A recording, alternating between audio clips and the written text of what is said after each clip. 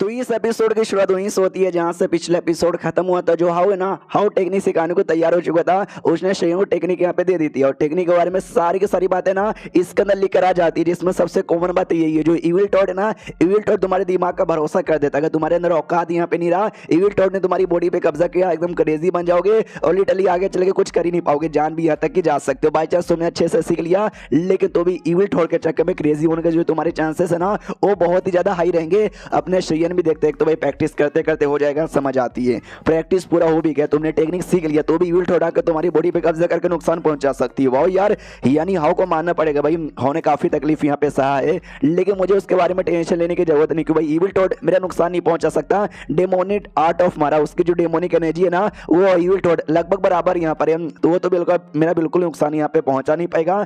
रही बात इसको सीखने का, यार सिस्टम के अंदर यहाँ पर आ चुका है, मुझे ज्यादा मुसीबत भी नहीं लगेगा, मैं तो यूं आराम से चुटकी बजा के यहाँ पे सीख सकता हूँ। लेकिन मुझे ऐसा क्यों लगता है, यही सब के चक्कर में ना ये जो टेक्निक है ना, सीख पाना ज्यादा मुश्किल यहाँ पे होता है और वो बंदे हमेशा अकेले रहते हैं। हाउ बेचारा अकेला भाई, इतनी लड़के उसके पीछे पागल है, लेकिन कभी किसी के क्लोज यहाँ पे जा नहीं पाते हैं। लेकिन मुझे क्या यार, मुझे इसका कोई भी टेंशन नहीं है, मुझे तो बस सीखने पे ध्यान देना है। हाँ, तो उससे पहले ना भाई इसको ट्राई मारना था किसी ऐसे बंदे पे जिसका पावर मिनिमम प्री सिलेक्शन के लेवल 1 का यहाँ पर हो। लेकिन कौन ऐसा बंदा ठीक रहेगा, उतने में जो अपनी छुटकी बूत है ना, वो आ जाती है, वो कहती बॉस मैं वापस आ गई आपका काम पूरा करके। तो शेयन भी कहता वाओ काम करके आ गई। जो फ्लावर गॉड सेट था ना, उस सेट में इसने भेजा था वो कमाल का भी फ्लावर लाने के लिए, जिससे भाई जो जवानी है ना, जवानी वैसा मतलब मेंटेन हो सके। तो पूछता बताओ यार तुमको मालूम चला क्या? भूत कहती है मुझे मालूम चला, मुझे तो डर दो सामान यहाँ पे दिखे, उन दोनों में से कोई एक हो सकता था, लेकिन मुझे डाउट यहाँ पे था कौन सा होगा कौन सा नहीं होगा, इसलिए मैंने कुछ किया भी नहीं। शेयन भी कहता अगली बार तुमको देखा ना डायरेक्ट यहाँ पे भाई चोरी कर लेना, और क्या। तो ये भी कहती है कि भाई डायरेक्ट चोरी कर लेना। यार आपने मना कर दिया था हाउ को चोरी करने से,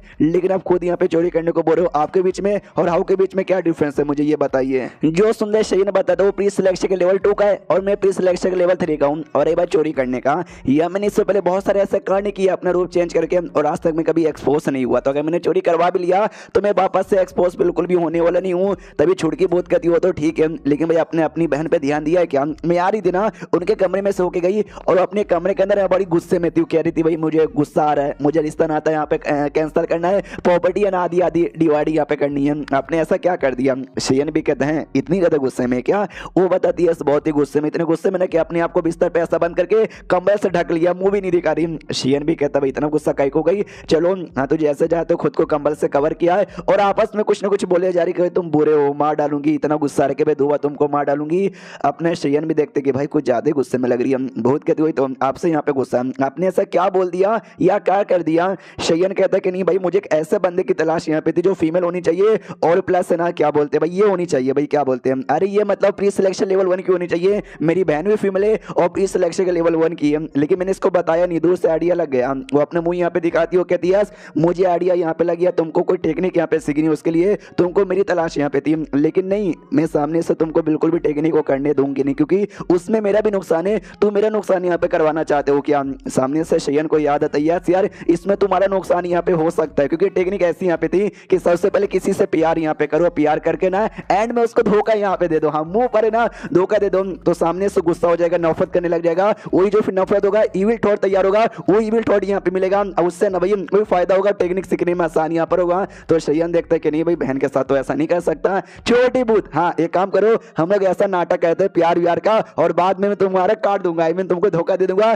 तुम एकदम गुस्सा करना, मुझे गंदी गंदी गालियां यहाँ पे देना, ऐसा समझने कि भाई मेरे से बुरा इंसान है ना पूरी दुनिया में कोई हो ही नहीं सकता। तो भूत भी कहती ना यार आपसे तो मैं प्यार करती थी हूँ और आगे भी करती रहूंगी, गुस्सा नफरत आप मुझे जहां से मार डालोगे खत्म भी कर दोगे ना तो भी आपको हिट नहीं करूंगी। तो अपना शेयन गुस्सा करता है मेरी माँ यार बस समझो एक नाटक यहाँ पे था, तू भी ना कितनी यूजलेस है, मेरे किसी काम की आती नहीं, तू भी डर जाती है और डर के हमारे नाम बहन के पीछे जाकर छुप जाती है कि प्लीज गुस्सा मत करो। तो अपने शेयन भी कहते ये तरीका जरूरी नहीं है, मुझे बस ऐसा चाहिए जिसमें ना भाई सामने वाला बंदा मुझसे हिट करे, इतना नफरत यहाँ पे करे ना कि उसका इविल थॉट मेरे पास यहाँ पे आ पाए। तो जरूरी नहीं ऐसा करना, कोई और तरीका भी पता कर सकते, चलो भूत मेरे साथ, मुझे कोई और बंदा यहाँ पे मिल चुका है और मेरी बहन मैं बाहर जा रहा हूँ आने में टाइम लगेगा तुम सो जाना। वो भी कहती है ओके। शेयन के दिमाग में आता भाई यार कोई रॉन्ग नाम का जो बंदा यहाँ पे था यार वो भी तो मुझे हिट वेट यहाँ पे करता है ना, और पीछे जाके मैंने उसे घर पे अटैक किया तो उसकी बाप की कुटाई की थी, मालूम है किसका, याव का रूप लेके, वापस से याव का रूप लेके जाता हूँ, अटैक यहाँ पे कर दूंगा और गुस्सा आएगा, मुझे इविल थॉट यहाँ पे मिलेगा। तो सामने से भूत भी कहती हाँ लेकिन यार उसकी फैमिली के घर अपने डिस्ट्रॉय कर दिया था, तो अभी के लिए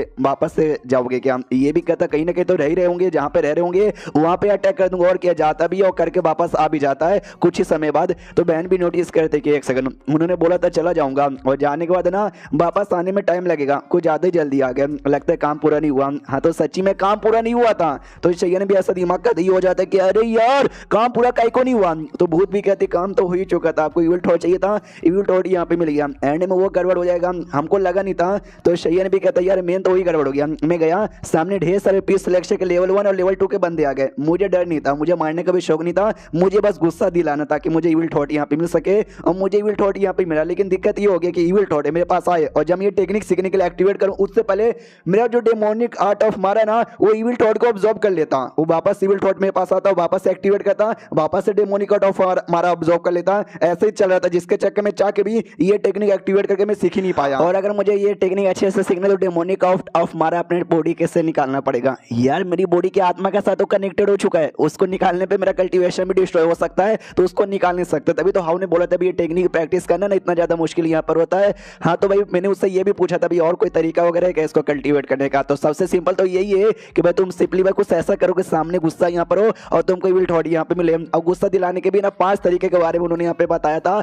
जो 5 तरीके मैं बिल्कुल भी यूज करना चाहता नहीं था। 5 तरीके में सबसे पहला तरीका ये था मासूम लोग को मारो, सेकंड तरीका तो उससे भी बेकार औरतों के साथ जबरदस्ती करो, और बाकी 3 तरीके भी ऐसा यहाँ पे था चोरी चकारी करना और ये सब बुरे बुरे काम यहाँ पे करना। मैं जैसा आदमी शैया ने जाके ऐसे बुरे बुरे काम करे ना यार, मुझे बुरा काम करने का ऐसा कोई भी शौक यहाँ पे नहीं था। तो घुमा फिरा के जो सबसे पहली तरीका यहाँ पे था कि भाई किसी औरत से यहाँ पे प्यार करो और एंड में उसको इतना बुरा काटो कि तुमसे जिंदगी भर के लिए नफरत यहाँ पे करने लग जाए। और मुझे हाउ ने बताया भी था उनके सिर के काफी सारे लड़कों ने ऐसा यहाँ पे किया था, लेकिन किसी मासूम लड़की का दिल तोड़ने में भी मुझे बुरा यहाँ पे लगेगा।